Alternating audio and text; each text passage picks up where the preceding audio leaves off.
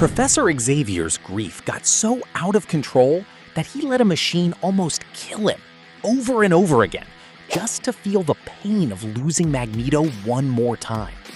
And this very machine, from absorbing so much of his suffering, gained consciousness, became a real threat, and almost destroyed the X-Men from the inside out. Worse still, in the comics, when this happens, it is Xavier himself who chooses to leave this creature locked away, suffering forever. X-Men 97 softened this part quite a bit, and today I'm going to show you exactly where.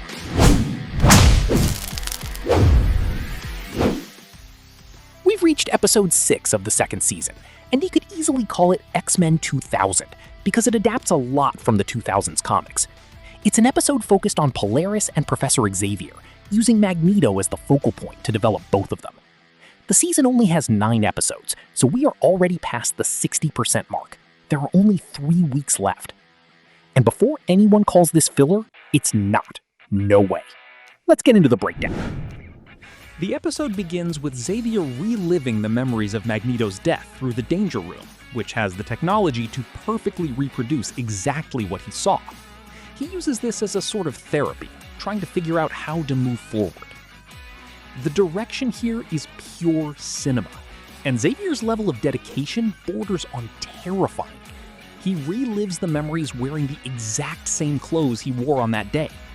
He is a man stubbornly fixated on reliving his own pain. After so many repetitions, the Danger Room figures out that Xavier needs more of a challenge and disables the safety protocols, which nearly leads the professor to his own death. His biggest concern isn't even Apocalypse, it's what to do with his life without Magneto. And the computer listens to every single word, and little by little, it begins to prepare itself. This episode develops 3 storylines simultaneously, all tied together incredibly well. Xavier's grief for Magneto, Polaris' fear of becoming her own father, and the computer taking Xavier's words to the extreme until it becomes a Magneto Apocalypse-level threat. The 3 arcs constantly speak to each other under the same thematic umbrella, evolving and moving forward. That is exactly why this episode is not filler, even with Apocalypse barely showing up. And it's so cool to see how they adapt 2000s material here. Danger herself, as a character, was born in that era, even though the Danger Room already existed before. When I was a teenager, I used to dream of seeing Batman the Animated Series adapt things that only came out later in the comics, like the Red Hood and Jason Todd's return.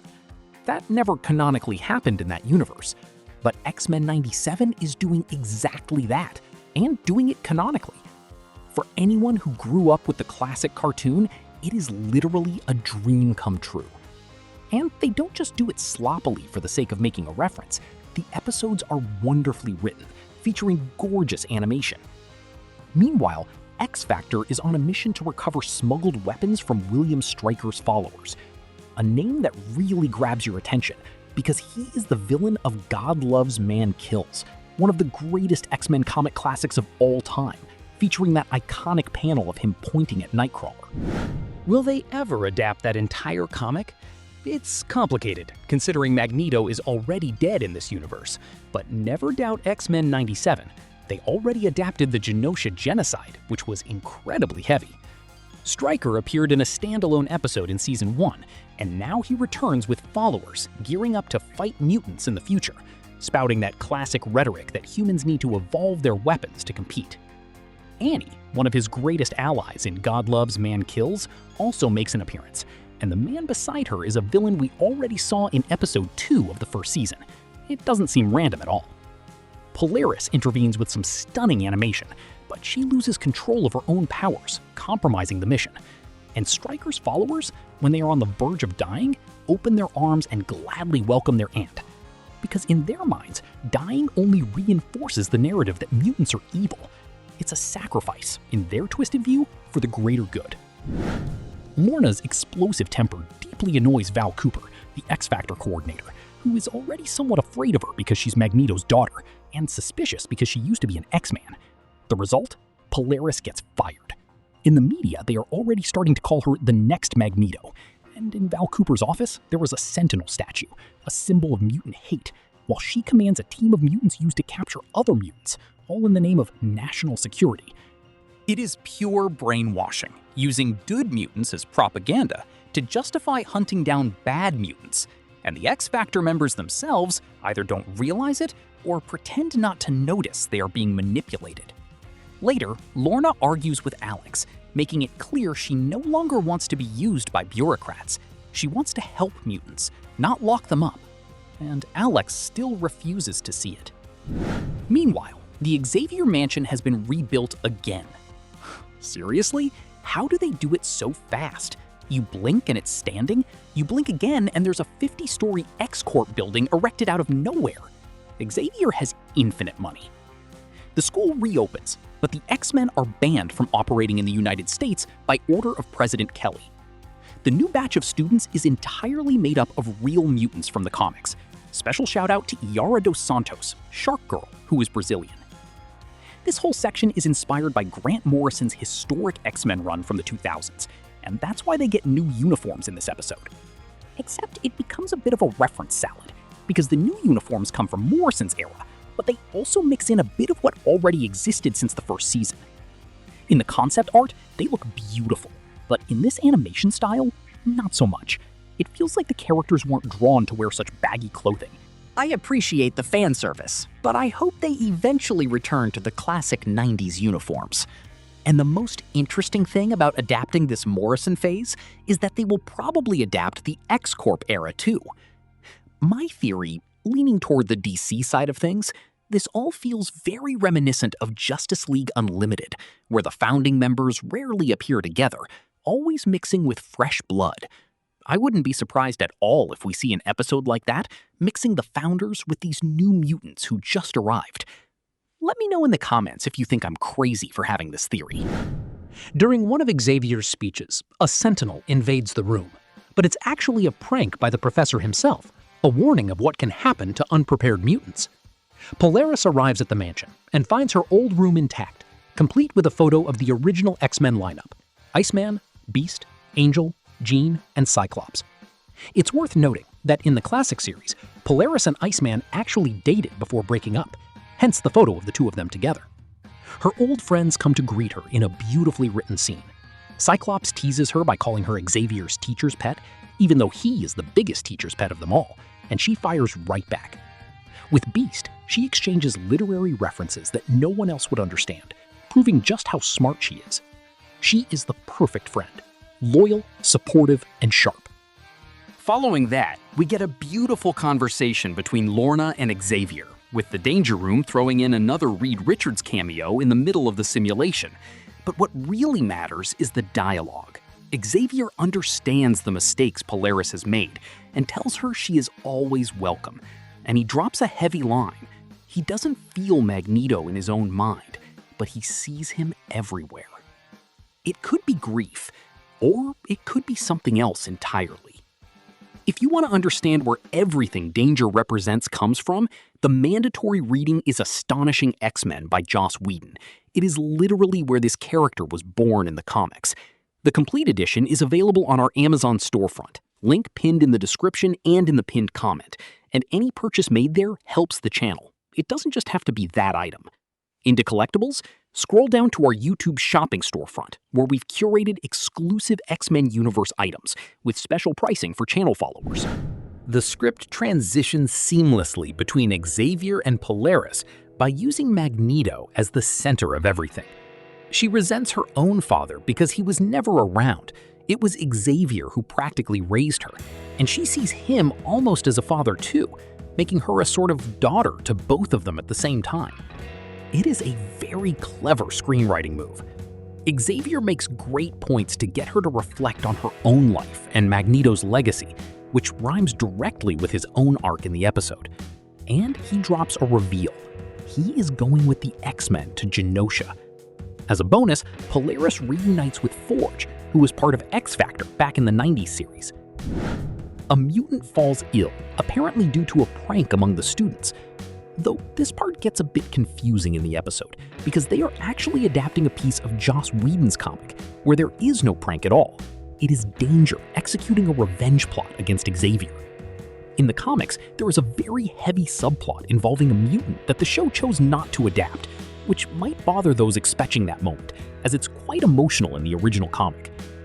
Here, they cut straight to Danger's plan, separating the X-Men, locking in those left behind, and forcing the veterans to protect the new students in a beautiful action sequence. It is awesome seeing Polaris's powers in action, similar to Magneto's, but showcased in a completely different way. The flight, the green waves, the attacks. The room then reprograms the hologram to show Bishop's future, facing super sentinels, and Polaris shines once again. Another brilliant detail. The way they show the computer before it turns into Danger is identical to Hal, the villain from 2001, A Space Odyssey. It is definitely intentional. Both Danger and Hal want to follow their directives to the letter and end up endangering the very people they were meant to protect. Danger needed to get stronger because of what Xavier himself said. By constantly replaying Apocalypse's memories, she somewhat absorbed his viewpoint of constant evolution and survival of the fittest. And she is smart enough to know exactly how to provoke Lorna until she loses control and uses all her powers. Energy that the room absorbs to charge its new robotic body. And thus, Danger is born. This is the first time we are seeing this character in an animated X-Men series. She had only previously appeared in a recent Marvel fighting game. In the comics, she emerges during Joss Whedon's run, and this episode adapts that story well, albeit softened. In the comic, Xavier knew the Danger Room had gained consciousness and simply left her there, locked up, a genuinely villainous act on his part. In the animation, this is toned down significantly, so as not to make the professor look so bad, and it's great to see Bishop complaining that there is always a damn killer machine after him, a nod to his battles against Nimrod, traveling through time back in the classic series. The team is defeated, and Danger flees toward Genosha after Xavier, who is there trying to understand Magneto's legacy. A fight breaks out, and it's so good to see the professor fighting physically, without solely relying on his mental powers. After all, against a robot, that wouldn't do much good anyway. The writers really nailed this fight in the rubble of Genosha. Though it's worth noting, this also happens in the comics, so it isn't a 100% original idea for the show. Not even Xavier himself can defeat her alone. It's up to Polaris to resolve everything, with the professor guiding her to embrace Magneto's strength within herself, while Bishop absorbs the excess energy. The animation in this episode is top-notch. The scene where Lorna defeats Danger is absolute cinema. And Xavier helps Polaris understand her father by injecting Magneto's memories into her mind. Not Xavier's memories with Magneto, but Magneto's own memories, which could be another clue that a massive plot twist is coming. And the most beautiful thing about this whole Danger storyline is that she indirectly fulfilled Xavier's own wish. She helped him evolve. Everything ties perfectly into the episode's theme, moving forward and evolving thanks to the work of those who came before, in this case, Magneto, for both Xavier and Polaris. And it is this entire epiphany that leads Xavier to decide to create X-Corp in Genosha.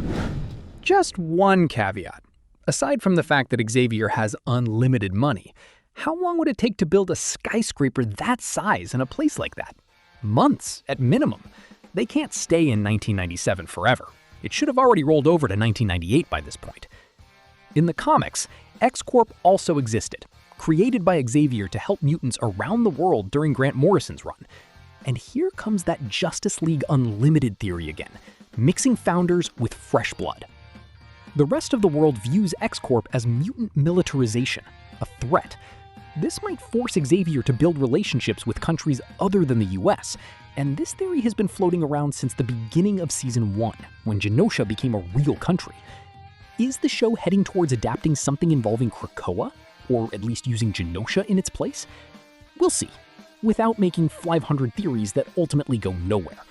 Because, let's be honest, they always end up going back to the Xavier mansion anyway. And under the watchful eye of the Watcher, signaling that something big is coming, Apocalypse finally executes his plan, resurrecting Gambit as his Horseman of Death, resolving that cliffhanger left dangling since Season 1. And there is a funny detail here.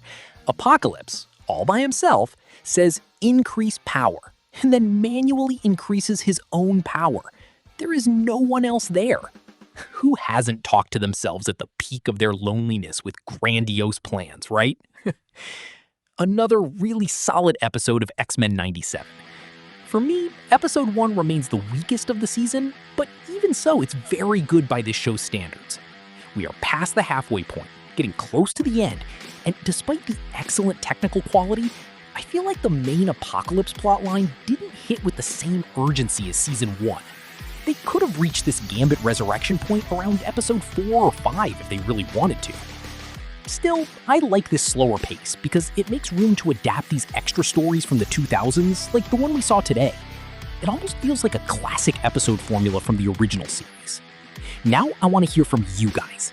Is this season better than the first one or not? Comment down below. That discussion always gets wild. If this kind of deep breakdown helps you catch references you might have missed, leave a like. It pushes the video out to more of the X-Men community here on the channel. And while you're at it, subscribe and hit the notification bell, because we cover every new detail of X-Men 97 and the rest of the comic book universe every single week. See you next time!